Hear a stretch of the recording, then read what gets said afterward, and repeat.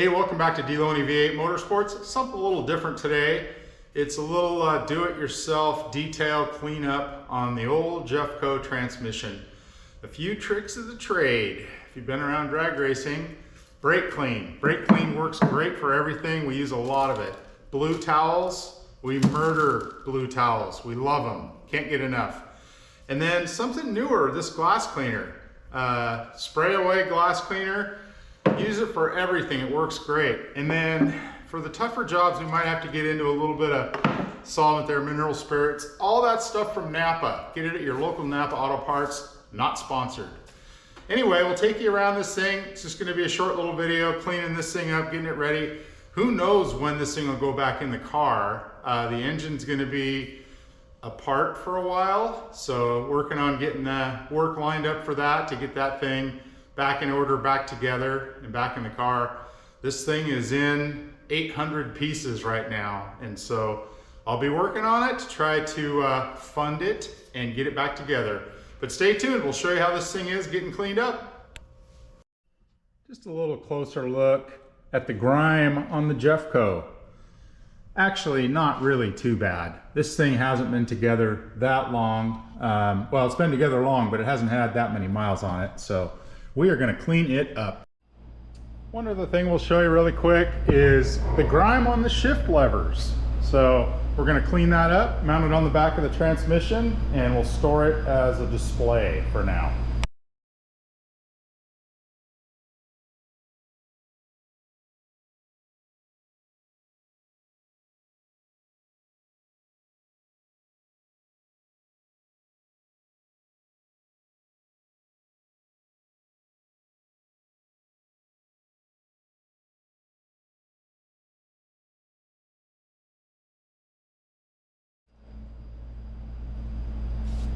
Oh, nothing worse than running out of brake clean.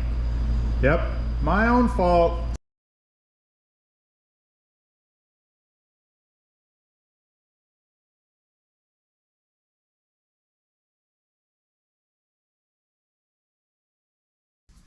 All right, well, this thing's pretty clean. I can live with it and may still polish it before everything's all said and done. We'll see how it goes. I'm going to show you how this thing operates really quick. Stay to the end, you'll see that. But it's acceptable. Oh, we ran out of brake clean.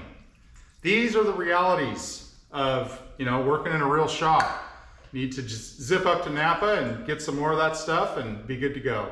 More cleaning. It's winter time here, off season. And we got the shifter all cleaned up.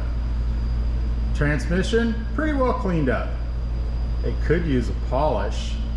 We'll see how long it's apart. That might happen. Yep, show car life. Anyway, we'll be back.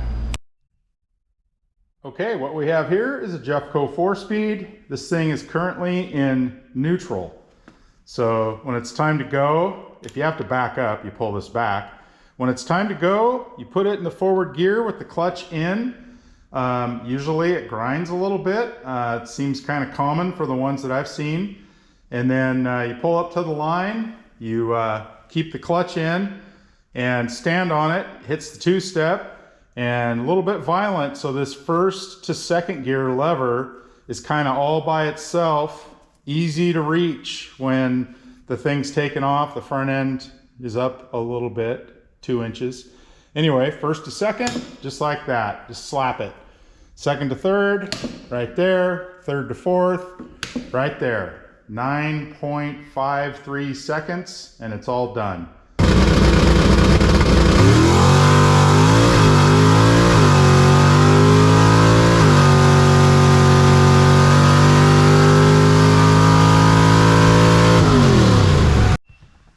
Going to take this opportunity to do a little walk around on this thing with the engine out of it and just kind of show you what it's made of.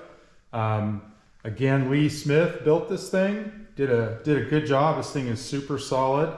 I put Viking coilovers on it when I got it. So there is a shot of those. It's got a Heim joint on the bottom going into the CPP lower A-arm. Lee built the steering mechanism there. Anyway, and then the Vikings have just a spring on the top and then a regular shock mount. This thing has the CPP upper A-arms as well. So far so good on all that. Quite a bit of fab work on the frame on this thing. Sorry for the stellar camera work. Anyway, they had to kind of carve this thing up. So the cross member is cut out so you can access the oil pan. I could remove the oil pan on this thing with the engine in the car, which is pretty slick. And then there's quite a bit of fab work to get that rack and pinion set up on there. So there's some shafts. It's kind of hard to see. I'll show you on this side. There's some shafts that weld all the way through that cross member, and that's what that rack and pinion, or the rack, bolts to. And so super stout setup on that. And then there's the Vikings on the other side. And he also plated the top of the frame. So this is all wide open normally from the factory. That's factory frame, 1955, baby. And he plated that, so it's pretty stout. And then the front bars obviously tie in with the roll cage. And then these mounts right here actually hold the front end on. So there's a kind of a frame assembly that in between the front fenders and the core support. And that holds the front fenders and hood and everything on in the front, or the hood latch. That's all up there. But anyway, yeah, pretty stout. It's a mid plate and well, motor plate setup. So you can see that is all built in here. Very heavy duty, braced on both sides. And so that holds the front motor plate. And then there's the mid plate there. And on the back side of that's the clutch and transmission when it's in there. So it's wired pretty simple, pretty straightforward. It's just an MSD 7AL3 setup in this thing. No EFI, no laptop, and so no computer.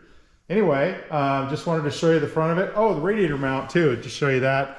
Again, pretty stout. He's got rubber mounts holding the bottom of it in there. And then the top just has a couple of bars that are also a rubber mount, holds the radiator in there nice and tight.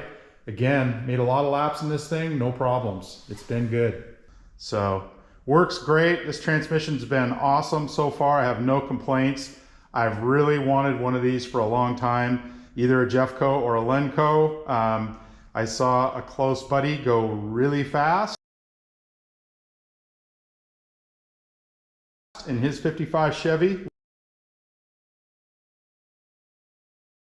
with his 4-speed Jeffco, and it worked for him, and he was making north of 2,000 horsepower. So anyway, it's been a really good transmission.